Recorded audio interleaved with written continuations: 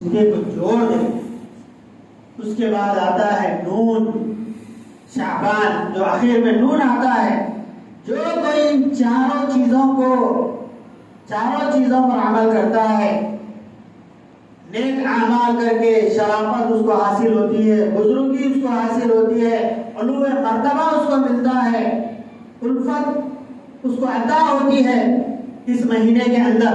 تو اللہ تبارک و تعالی اس کو اپنی نور خداوندی میں اس کو گھیر لیتا ہے. حضرات علماء کرام شعبان کی تفسیر کیے تو شعبان بہت مبارک والا مہینہ ہے، بہت فضیلت والا مہینہ ہے. اس مہینے کے اندر رسول اللہ صلی اللہ علیہ وسلم کہ کیا اعمال تھے، بہت سے احادیث ہیں، متعدد صحابہ سے روایات موجود ہیں. اس مہینے کی فضیلت، اس مہینے کی اللہ تعالی کے پاس جو مرتبہ مقام ہے، اس کے متعلق احادیث کے اندر بہت سی احادیث آئی ہوئی ہیں. اللہ کے رسول صلی اللہ علیہ وسلم ایک مرتبہ سو رہے تھے. حضرت جبرائیل علیہ السلام آئے اور آپ کو اٹھایا اور اٹھا کر کہنے لگے کہ آپ آسمان کی طرف دیکھو، آسمان کی طرف دیکھو. یہ 15ویں شعبان کی رات تھی جس وقت یہ واقعہ پیش آیا. 15ویں شعبان کی رات تھی جس کو شب برات کہتے ہیں. شب برات 15ویں شعبان کے موقع پر حضرت جبرائیل علیہ السلام آئے اور آ کر کہنے لگے اپنے سر کو اٹھاؤ. آپ صلی اللہ علیہ وسلم اپنے سر کو اٹھایا تو کیا دیکھتے ہیں کہ جنت کے پورے دروازے کھلے ہوئے ہیں. 8 دروازے جنت کے پورے دروازے کھلے ہوئے ہیں. پہلے دروازے پر آپ کی نظر پڑی تو ایک فرشتہ اعلان کر رہا ہے، پکار رہا ہے، خوشخبری ہے ایسے شخص کے لیے جو رکوع میں ہے. خوشخبری ہے ایسے شخص کے لیے جو رکوع میں ہے. رکوع کا مطلب جو نماز میں ہے. اور خاص کر جب دوسرے دروازے پر، جنت کے دوسرے دروازے پر جب نظر پڑی تو دوسرا فرشتہ اعلان کر رہا ہے، خوشخبری ہو اس شخص کے لیے جو سجدے میں ہے. خاص کر سجدے کا ذکر فرمایا. خوشخبری ہے اس شخص کے لیے جو سجدے میں ہے. اس کے بعد جب تیسرے دروازے پر رسول اللہ صلی اللہ علیہ وسلم کی نظر پڑی تو آپ صلی اللہ علیہ وسلم نے سنا تیسرے دروازے پر فرشتہ اعلان کر رہا ہے کہ خوشخبری ہے اس شخص کے لیے جو دعا کے اندر موجود ہے، جو دعا میں لگا ہوا ہے. اور چوتھے دروازے پر جب نظر پڑی تو فرشتہ اعلان کر رہا ہے چوتھے دروازے پر کہ خوشخبری ہو ایسے شخص کے لیے جو ذکر و تلاوت میں مشغول ہے. جب 5ویں دروازے پر نظر پڑی تو 5ویں دروازے کا فرشتہ اعلان کر رہا ہے خوشخبری ہو تمام مسلمانوں کے لیے، تمام مسلمانوں کے لیے خوشخبری ہو. اب جب 6 دروازے پر نظر پڑی تو رسول اللہ صلی اللہ علیہ وسلم نے سنا کہ خوشخبری ہو اس شخص کے لیے جو سوال کر رہا ہے، اللہ تبارک و تعالیٰ سے اپنی مراد مانگ رہا ہے کہ مجھے یہ عطا فرمائیے، مجھے یہ عطا فرمائیے، مجھے یہ عطا فرمائیے. اللہ تعالیٰ سے مانگ رہا ہے. تو ایسے بندے کے لیے جو اللہ سے مانگ رہا ہے وہ فرشتہ اعلان کر رہا ہے کہ خوشخبری ہو وہ شخص جو اللہ سے مانگ رہا ہے آج تیری مراد پوری کر دی ہی جائے گی، تجھے واپس خالی ہاتھ نہ لوٹایا جائے گا. جب 7ویں دروازے پر نظر پڑی تو ایک فرشتہ اعلان کر رہا ہے کہ خوشخبری ہو اس شخص کے لیے جو خدا کے خوف میں اس رات میں رو رہا ہے. تو یہ مبارک مہینہ، اس مہینے کے اندر ایک رات آنے والی ہے جس کو شب برات کہتے ہیں. شب کے معنی ہے رات، برات کے معنی ہے بری ہونا، چھٹکارا پانا۔ اس رات میں چھٹکارا پاتے ہیں اللہ تبارک و تعالیٰ کے بہت سے بندے، لا تعداد بندے، گناہوں سے چھٹکارا ملتا ہے۔ اس رات 15ویں شب کے رات میں، شب برات میں اللہ تبارک و تعالیٰ بہت سے بندوں کی مغفرت فرماتے ہیں، جہنم سے چھٹکارا دلا کر جنت میں اللہ تبارک و تعالیٰ ان کو داخل فرماتے ہیں۔ رسول اللہ صلی اللہ علیہ وسلم اور صحابہ کا عمل اس مہینے میں، آپ صلی اللہ علیہ وسلم جب شعبان کا مہینہ آتا تو کثرت سے روزہ رکھتے تھے۔ ایک صحابی رسول فرماتے ہیں کہ جب بھی ہم آپ کو دیکھیں آپ صلی اللہ علیہ وسلم روزے ہی کی حالت میں رہتے تھے۔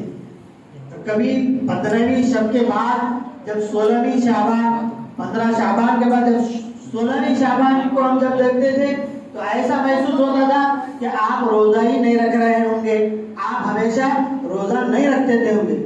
تو دونوں طرح کے آپ صلی اللہ علیہ وسلم کے اس میں اعمال موجود ہیں کہ آپ صلی اللہ علیہ وسلم روزہ رکھتے بھی تھے اور روزے کو ترک بھی فرماتے تھے۔ زیادہ تر عمل آپ صلی اللہ علیہ وسلم کا اس مہینے میں مکمل طور پر روزہ رکھنے کا ارشاد فرمایا ہے۔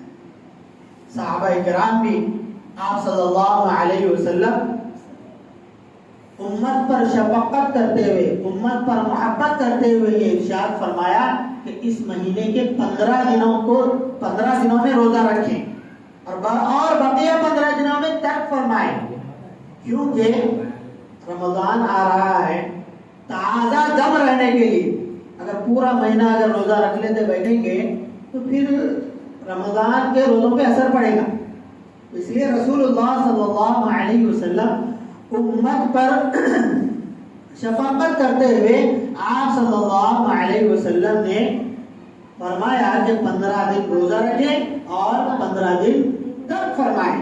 اور یہ بھی آپ صلی اللہ علیہ وسلم سے ارشاد منقول ہے کہ آپ ایک دن روزہ رکھیں، ایک دن ترک کریں۔ خاص کر 29ویں شب جب آتی ہے رمضان اور شعبان کی تو اس وقت روزہ نہ رکھیں، کیونکہ یہ روزہ مشکوک ہو سکتا ہے، چاہے وہ رمضان کا اگر روزہ ہو۔ تو رسول اللہ صلی اللہ علیہ وسلم اس مہینے میں خاص کر روزہ رکھتے تھے اور اس مہینے میں زیادہ سے زیادہ مال کو اللہ کے راہ میں خرچ کرتے تھے اور صحابہ کرام کو بھی کہتے تھے کہ اپنا مال اللہ کے راہ میں خرچ کریں۔ جب یہ عادت پڑ جاتی تو جب رمضان آ جاتا تو ایک نیکی پر کئی نیکیاں اللہ تبارک و تعالیٰ رمضان کے مہینے میں عطا فرمائیں گے۔ تو جب عادت پڑ جاتی ہے تو رمضان میں روزے رکھنا بھی آسان ہو جاتا ہے، رمضان میں عبادتیں کرنا بھی آسان ہو جاتا ہے، رمضان میں اپنا مال اللہ کے راہ میں خرچ کرنا بھی آسان ہو جاتا ہے۔ اللہ تبارک و تعالیٰ بہت سی چیزوں کو پیدا کیا۔ اللہ تبارک و تعالیٰ دنیا کے اندر بہت سی چیزوں کو پیدا کیا اور ان چیزوں میں جن چیزوں کو چاہے اللہ تعالیٰ بلند کرتا ہے۔ جیسے اللہ تبارک و تعالیٰ تمام کتابیں نازل فرمائی، تورات، زبور، انجیل، قرآن مجید، ان تمام میں اللہ تبارک و تعالیٰ قرآن مجید کو بزرگی عطا فرمائی، قرآن مجید کا مرتبہ بلند فرمایا۔ اسی طریقے سے اللہ تبارک و تعالیٰ نے بہت سے نبیوں کو بھیجا۔ حضرت ابراہیم علیہ السلام چنندہ نبی، حضرت موسیٰ علیہ السلام، حضرت عیسیٰ علیہ السلام، پھر رسول اللہ صلی اللہ علیہ وسلم۔ تمام نبیوں میں سے چند نبی چنندہ، ان چنندہ میں سے بھی رسول اللہ صلی اللہ علیہ وسلم کو منتخب فرمایا۔ پھر اللہ تبارک و تعالیٰ نے بہت سے دنوں کو بنایا، ان دنوں میں بھی اللہ تبارک و تعالیٰ راتوں کو بنایا اور راتوں میں بھی چند راتوں کو منتخب فرمایا۔ ایک ہے شب برات، ایک ہے شب معراج، شب قدر، اور یوم عرفہ، عیدین والی راتیں، ان تمام راتوں میں اللہ تبارک و تعالیٰ شب قدر کا مقام بلند فرمایا۔ تو اسی طریقے سے اللہ تبارک و تعالیٰ نے مہینوں کو بنایا، مہینوں میں بھی اللہ تبارک و تعالیٰ ذی قعدہ، ذی الحج، محرم اور شعبان، یہ چند مہینوں کو اللہ تعالیٰ نے منتخب فرمایا۔ ان مہینوں میں بھی اللہ تبارک و تعالیٰ نے شعبان کا مقام اور رمضان کا مقام بلند کیا۔ رسول اللہ صلی اللہ علیہ وسلم کا شعبان میں اور صحابہ کرام کا شعبان میں کیا عمل تھا؟ آپ صلی اللہ علیہ وسلم ایک مرتبہ حضرت عائشہ رضی اللہ تعالیٰ عنہا کے گھر میں تشریف فرما تھے۔ آپ صلی اللہ علیہ وسلم اچانک اٹھتے ہیں اور جنت البقیع کی طرف رخ کرتے ہیں۔ اتنے میں حضرت عائشہ رضی اللہ تعالی عنہا کی آنکھ کھل جاتی ہے، آپ ٹٹولتے ہیں، آپ کو اپنے بستر پر نہیں پاتے، تو حضرت عائشہ رضی اللہ تعالی عنہا فوراً اٹھ جاتی ہیں اور دیکھتی ہیں، ادھر ادھر نظر دوڑاتی ہیں کہ رسول اللہ صلی اللہ علیہ وسلم نظر نہیں آتے۔ فوراً گھر کے حجرے کے باہر تشریف فرماتے ہیں، جنت البقیع کی طرف ان کی نظر پڑتی ہے۔ جنت البقیع کی طرف جب جاتے ہیں تو رسول اللہ صلی اللہ علیہ وسلم 15ویں شب، جس کو ہم شب برات کہتے ہیں، برات چھٹکارے کی رات کہتے ہیں اور مغفرت والی رات کہتے ہیں، اس رات میں رسول اللہ صلی اللہ علیہ وسلم مدینے کا مقبرہ، جس کو جنت البقیع کہا جاتا ہے، اس رات میں رسول اللہ صلی اللہ علیہ وسلم قبرستان میں جا کر آپ صلی اللہ علیہ وسلم دعا فرما رہے ہوتے ہیں۔ حضرت عائشہ رضی اللہ تعالیٰ عنہ کی نظر پڑتی ہے تو فوراً خاموش ہو جاتی ہے۔ جب رسول اللہ صلی اللہ علیہ وسلم دعا سے فارغ ہو کر اپنے گھر کی طرف لوٹنا چاہتے ہیں تو حضرت عائشہ رضی اللہ تعالیٰ عنہ دوڑی دوڑی اپنے گھر میں تشریف فرما ہوتی ہے۔ آپ صلی اللہ علیہ وسلم جب حجرے میں تشریف فرماتے ہیں تو حضرت عائشہ رضی اللہ تعالیٰ عنہ کی جب سانس کھلتی ہے جلدی جلدی چلنے کی وجہ سے، رسول اللہ صلی اللہ علیہ وسلم محسوس کرتے ہیں کہ حضرت عائشہ بھی کہیں گئی تھی۔ تو آپ صلی اللہ علیہ وسلم حضرت عائشہ سے پوچھا کہ اے عائشہ کیا ہوا؟ عائشہ رضی اللہ تعالی عنہ فرماتی ہیں کہ میں نے اپنے بستر پر آپ کو نہیں پایا، میرے دل میں یہ خیال تھا کہ کہیں آپ دوسری زوجہ کے پاس تو نہیں گئے۔ رسول اللہ صلی اللہ علیہ وسلم کی عادت شریفہ تھی، آپ صلی اللہ علیہ وسلم کے 11 ازواج مطہرات تھے، سب کے ساتھ عادلانہ انصاف والا معاملہ آپ صلی اللہ علیہ وسلم کا رہتا تھا۔ کبھی ان کی باری رہتی تو دوسری کے پاس نہیں جاتے تھے۔ تو رسول اللہ صلی اللہ علیہ وسلم نے حضرت عائشہ رضی اللہ تعالیٰ عنہ سے فرمایا کہ اے عائشہ کیا میں ظالم ہوں؟ کیا میں آپ کی باری کے وقت کہیں دوسری طرف چلا جاؤں؟ یہ آپ کے دل میں ہے؟ تو آپ نے حضرت عائشہ رضی اللہ تعالیٰ عنہ نے فرمایا کہ نہیں، میرے دل میں یہ خیال آیا کہ آپ میرے بستر پر نہیں پائے تو کدھر گئے؟ رسول اللہ صلی اللہ علیہ وسلم کا اس رات میں یہ عمل ایک مرتبہ زندگی میں پیش آیا ہے۔ آپ صلی اللہ علیہ وسلم جنت البقیع میں جا کر مرحومین کے لیے دعائے مغفرت کرتے ہیں۔ اس سے حضرات علماء کرام ایک مسئلہ استنباط کرتے ہیں کہ مرحومین کے لیے ایصال ثواب پہنچایا جا سکتا ہے۔ مرحومین کے لیے جو بھی پڑھ کر پہنچانا چاہے اس کو بھیجا جا سکتا ہے۔